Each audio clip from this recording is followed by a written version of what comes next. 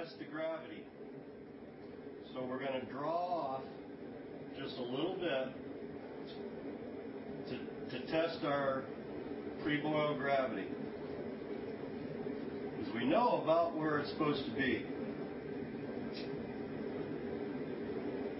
So we're going to find out if our recipe and everything we've done up to this point is good. We're going to do this using a hydrometer.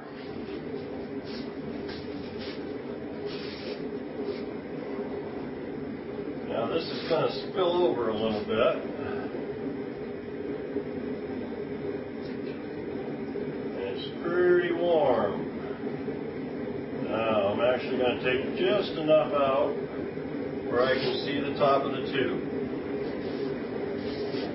Now, our starting gravity, our pre-boil gravity, is 1030.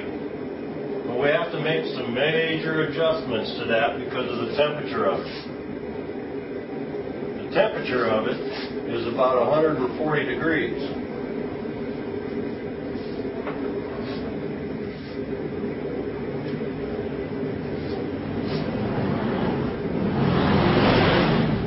We're going to take it in a couple different places so that we get an average.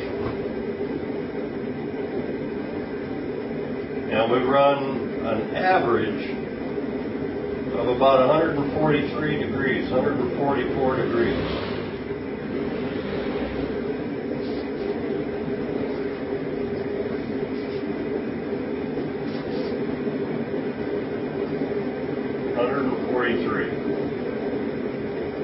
So we have to make the adjustment for 143 degrees.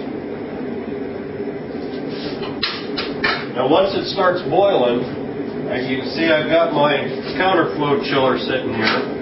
Once it starts boiling, then I'm actually going to connect and get ready to chill the wort so that when we're done, we're going to come out of here, fits right over my fitting here, and we're going to add cold water out of the spigot, and we're going to run cold water through this wort. The hot wort's going to start at the top and come out at the bottom. Cold water is going to start at the bottom and work its way up the top and out at the top, which is why they call it a counterflow. Things work absolutely phenomenal. We'll be able to open this up at boiling temperature, and when it comes out down here, it will be the temperature that you can pitch yeast at, which will be about 70 or less. Unbelievable.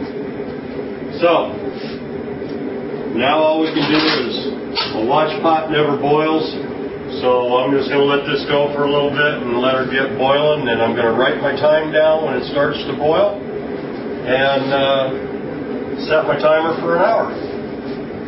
Finish cleaning up a little bit of my other stuff sitting around. Well, it took about 20 minutes, maybe just slightly more than 20 minutes, and we're out of boil. She's just starting to roll in there, just starting to foam a little bit. So what we're going to do is going to turn the heat down just a little bit to maintain that boil.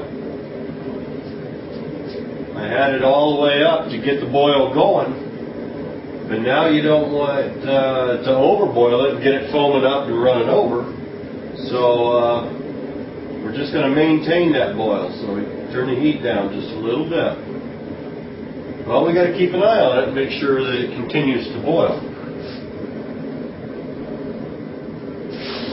It's been 15 minutes at a rolling boil, and I'm looking at my water gauge, and it's already lost 0.2, and it's down to, it's just below 5 gallons, so it's already lost quite a bit just in that 15 minutes. So the evaporation of this, you want to leave the boil open and not keep a lid on it.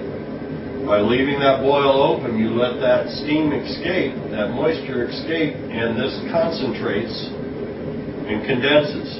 and gets stronger. It boils off some of that water. And we're already below 5 gallons. So in another 45 minutes, if it keeps going, we should be right at our target 4-gallon batch. So we'll come back and look again in a little bit. Well, we're 40 minutes into the boil,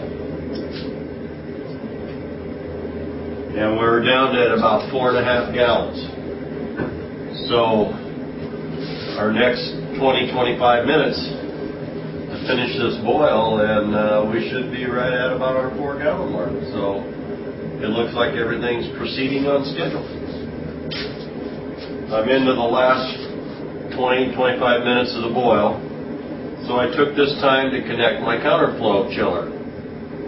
This is my cold water in, and my cold water in connects to the bottom side of the chiller.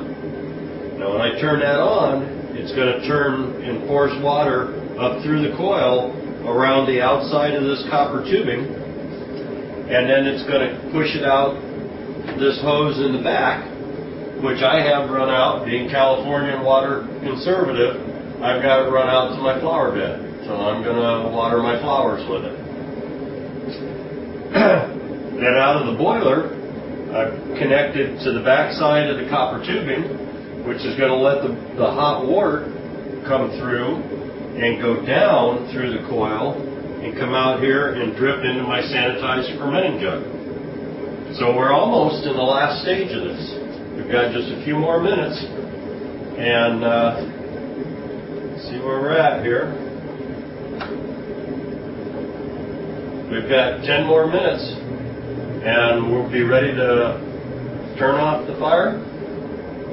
We're just below 4.5 gallons, so in this next 10-15 minutes, we should boil off some more. And then we're going to take that, we're going to run it through our counter chiller, into our fermenter. When it comes out of there, it will be cold to the touch. It'll be about 60 to 70 degrees. So 10 minutes, we're ready to go.